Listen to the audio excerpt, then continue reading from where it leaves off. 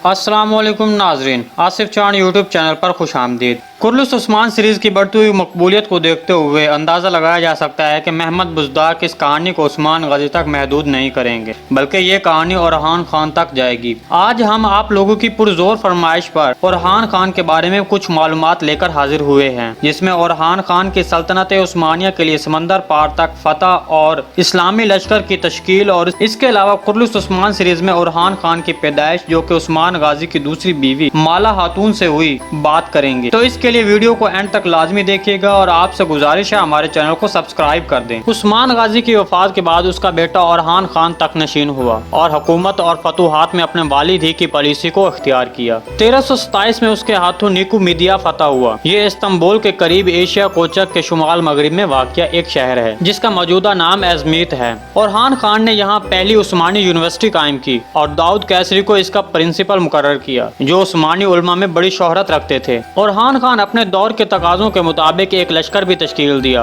और उसे मुस्तकिल लश्कर की हैसियत दी। सुल्तान ओरहान खान रसूल सल्लल्लाहु अलैहि वसल्लम की इस बिशारत को पूरा करना चाहते थे, जो आप सल्लल्लाहु अलैहि वसल्लम ने फतह कुस्तुनतुनिया के बारे दी थी। उन्होंने एक निहायती अहम हिकमत अमली तरतीब दी, जिसके मुताबिक बाज़ंतीनी दारुल हुकूमत मशरिक और मगरिब दोनों से मुहासरा करना था। इस मंसूबे को अमली जामा पहनाने के लिए ओरहान खान ने अपने बेटे और वली अहद सुलेमान को भेजा कि वो तंग नाए दौरे नील को अबूर करके बाज मगरबी गोशों में मौजूद मकामात पर कब्जा कर ले। 758 हिजरी में सुलेमान ने रात के अंधेरे में 40 मुसलमान घुड़सवारों के साथ इस तंग नाए को अबूर किया। मगरबी किनारे पर पहुंचकर लंगर अंदाज रूमी कश्तियों पर कब्जा कर लिया और उन्हें मशरकी किनारे पर ले आया। वजह यह थी कि उस्मानियों के पास उस दौर में बहरी बेड़ा नहीं था, क्योंकि उनकी सल्तनत अभी तक अपने इब्तदाई मराहिल में थी। मशरकी किनारे पर पहुंचकर सुलेमान ने अपनी फौजों को हुक्म दिया कि वो इन कश्तियों में सवार होकर यूरोपी साहिल पर पहुंच जाएं। मुसलमानों ने यूरोपी साहिल पर पहुंचकर किला तर्निब की बंदरगाह गलेबोली, जिसमें किला जना किला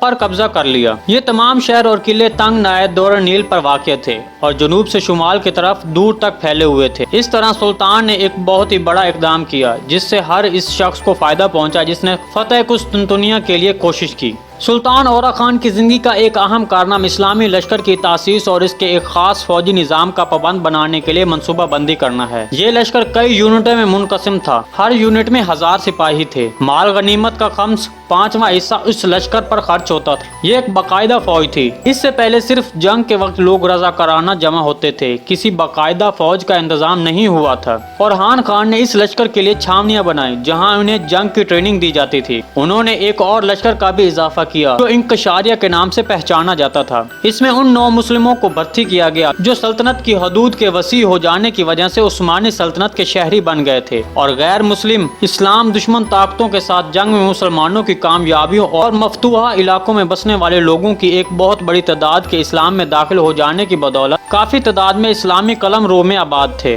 ओरहान खान ने इन्हें मुस्लिम सिपाह में शमूलियत की दावत दी। इस्लाम के इरशाद के सिलसिले में इनकी खिदमत हासिल की। इस्लाम कबूल करने के बाद इन 9 मुस्लिमों को दीनी तालीम दी जाती थी और जब इनकी फिक्री और हरबी तालीम और तरबियत मुकम्मल हो जाती तो इन्हें मुख्तलिफ जहादी मराकज़ में भेज दिया जाता था। उलमा और फुकहा ने अपने सुल्तान ओरहान खान से मिलकर ये कोशिश की कि उनके दिल में जज्बा जहाद, हिफाजत दीन और फतूहात का शौक और शहादत फी सबीलिल्लाह की मोहब्बत पैदा की जाए। इसलिए जब वो किसी मैदान जंग में उतरते तो उनका नारा होता गाजी या शहीद। इसके अलावा ओरहान खान बिन उस्मान ने जो जदीद लश्कर तश्कील दिया, दर हकीकत वो एक बाज़ाब्ता लश्कर था, जो हर वक्त कतई नजर हालत जंग और अमन के जंग के लिए तैयार अपनी छावनियों में मौजूद रहता था। इस लश्कर में शाही खानदान के अफराद के अलावा उस गिरोह के मुजाहिदीन जो हर जहाद की दावत देने वाले की आवाज पर लब्बैक कहने के लिए तैयार रहते थे, और अमरा और रूम और उनकी लश्करी जिनके दिल में इस्लाम का नूर समाया हुआ था और वो बहुत अच्छे मुसलमान थे, सब लोग शामिल थे। ओरहान खान जूं ही इस लश्कर की तंजीम से फारिग हुआ तो फौरन एक आलम दीन जो निहायत पारसा, साहिब यकीन और तकवा थे की खिदमत में हाजिर हुए और उनसे दुआए खैर की दरख्वास्त की। ये आलिम रब्बानी अलहाज बख्ताश थे। ये आलम दीन बादशाह से मिलकर बहुत खुश हुए। एक सिपाही के सर पर हाथ रखकर दुआ की, अल्लाह ताला इन्हें सुरखरू करे, इनकी तलवारों में तेजी और काट पैदा करे और इन्हें हर इस मार्के में फतह से हमकनार करे जिसमें वो अल्लाह ताला की खुशनुदी के लिए उतरें।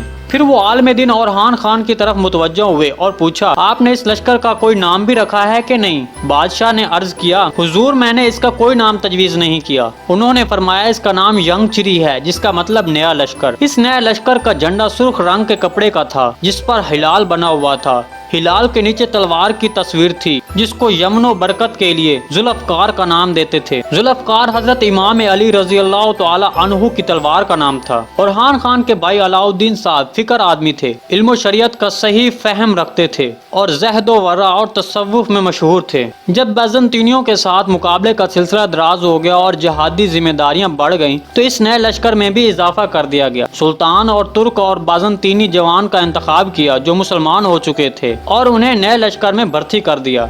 फिर उनकी इस्लामी असूलों पर जहादी तरबियत की और यूं नए लश्कर की तादाद बढ़ गई। औरहान खान और अलाउद्दीन इस बात पर मुत्तफिक थे कि नए लश्कर की तश्कील का मकसद और हदफ बाज़ंतीनियों के खिलाफ सिलसिला जहाद को कायम रखना और इस्लाम की नशर व इशाअत के लिए उनके इलाकों को ज्यादा से ज्यादा अपने कलम रो में शामिल करना होना चाहिए और इन बाज़ंतीनियों से इस्तेफादा करना। नेज इन नौ मुस्लिम को इस्लामी जहाद की तरबियत देना और इनके दिलों में इस्लामी तहजीब का शौक और जहाद फी सबीलिल्लाह का जज्बा पैदा करना था। अलगर्ज सुल्तान और औरहान खान ने किसी भी एक नसरानी बच्चे को उसके माँ बाप से नहीं छीना और एक भी नसरानी बच्चे को इस्लाम कबूल करने के लिए मजबूर नहीं किया। औरहान खान की तमाम गज़वात रूमियों के खिलाफ थे, लेकिन 1336 में कराची के अमीर की वफात का वाक़या पेश आया।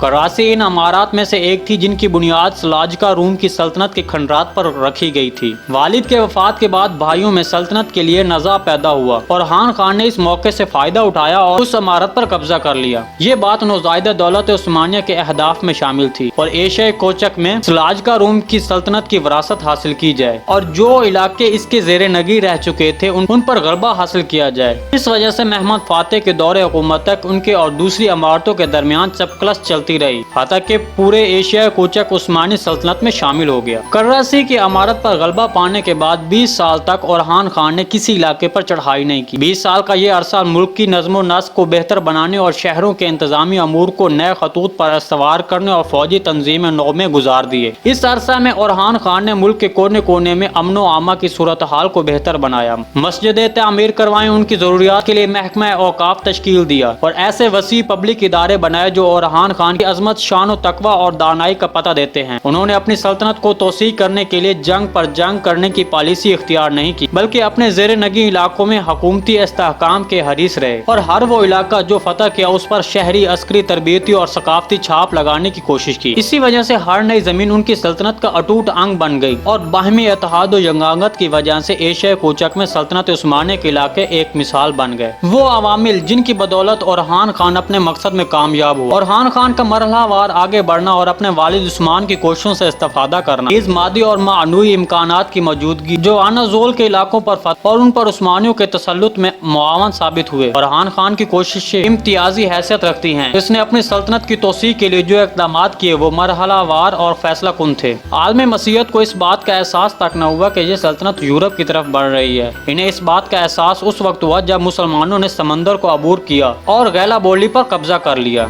बल्कानियों और उस्मानियों के दरमियान जो दो रोबरो लड़ाइयाँ हुई उनमें उस्मानियों को जो इम्तियाज हासिल हुआ था वो भी उनकी कामयाबी का एक अहम मुहरक है। उस्मानियों के सफ़ों में इत्तेहाद था, दीनी और फिक्री लिहाज से वो एक थे। बाज़ंतीनी मुआशरा सियासी इंतशार और दीनी मुआशरा गिरावट का शिकार हो चुका था। सो इस चीज़ ने उस सल्तनत को अपनी सल्तनत में जम करना उस्मानियों के लिए आसान बना दिया। बाज़ंतीनिया, बल्गारिया, सरेबिया और हंगरी की हुकूमतों के दरमियान अदम एतमाद ने मसीही मुआज को कमज़ोर बना दिया था, इसलिए अक्सर औकात उस्मानियों के खिलाफ सियासी और अस्करी इत्तेहाद कायम करने में ये लोग नाकाम रहे। रोमा और कुस्तुनतुनिया के दरमियान दीनी इख्तलाफात यानी कैथोलिक और ऑर्थोडॉक्स फिरकों की चपकलिश, ये दोनों फिरके काफ़ी मकबूलियत हासिल कर चुके थे। इस फरका बंदी ने फरीकैन के दिलों में शदीद नफरत पैदा कर दी थी। नाज़रीन, आज की वीडियो बस यहीं तक थी। उम्मीद है आपको पसंद आई होगी। वीडियो को लाइक कर दें और चैनल को सब्सक्राइब कर दें। मिलते हैं किसी नए वीडियो के साथ, तब तक के लिए अल्लाह हाफिज़।